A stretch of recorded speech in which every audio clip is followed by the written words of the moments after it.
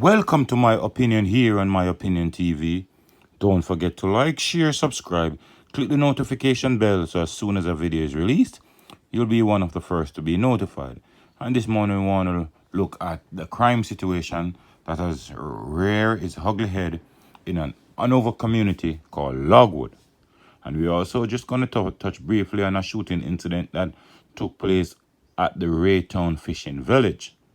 Now, based on what the Jamaica Observer is saying, a joint police military patrol was deployed to the community yesterday in response to a rising tension after 2 persons were shot dead and 2 others injured. Of note, a 16-year-old student, Radre Martinez, from Orange Bay, and a 39-year-old bar operator, Kevon Franco Roosevelt, were killed during an incident in Roosevelt Bar. The police, who the Jamaica Observer told the Jamaica Observer that they were alerted to the incident at around 11 a.m. They found Roosevelt dead in the bar when they arrived. They were later told that 3 others who were injured in the attack had been rushed to hospital, and doctor on duty had confirmed Martinez's death.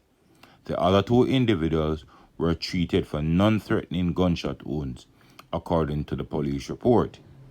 Yesterday, Superintendent for the Hanover Police Division, Sharon B. Putt, said the incident has left the area tense, and a joint team made up of members of the Jamaica Defense Force and the Jamaica Constabulary Force were on the ground.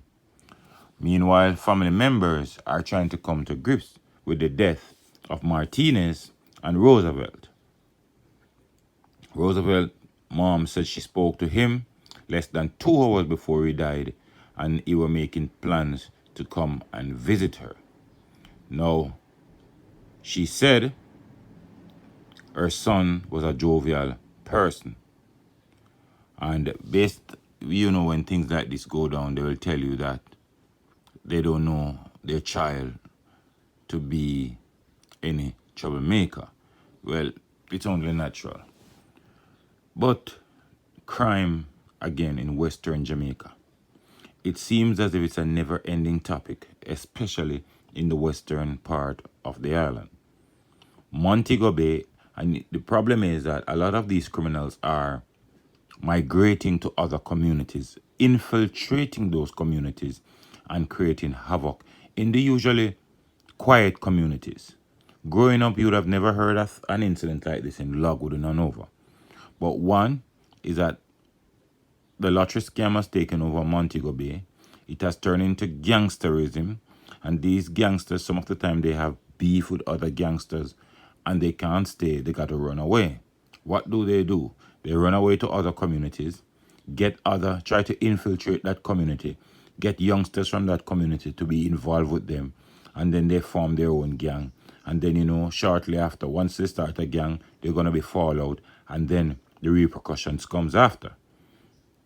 Now, for me, my only problem is that the Jamaica Constabulary Force, are persons close to that institution who monitor situations like these in communities, normally are reactive rather than proactive. Sometimes you could see a situation boiling over, and all it takes is for the police to step in, but the police wait until incident like this takes place, then they respond. Well, at 16-year-old, I don't know what this youngster could have been involved with. He could have possibly been wrong place, wrong time, and his life snuffed out when these gunmen comes, because these gunmen already. Once they show up, they care who's around. It could be a baby, it could be a bird, it could be a dog.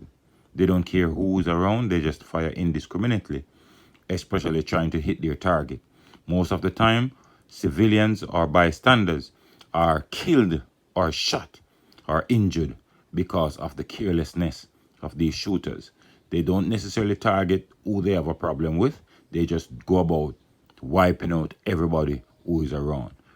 But I hope someone who might have seen, and we have seen, as I've said, commendations are in order for the Jamaica Constabulary Force, because we have seen cases where incidents like these happen and in no time they make some form of arrest.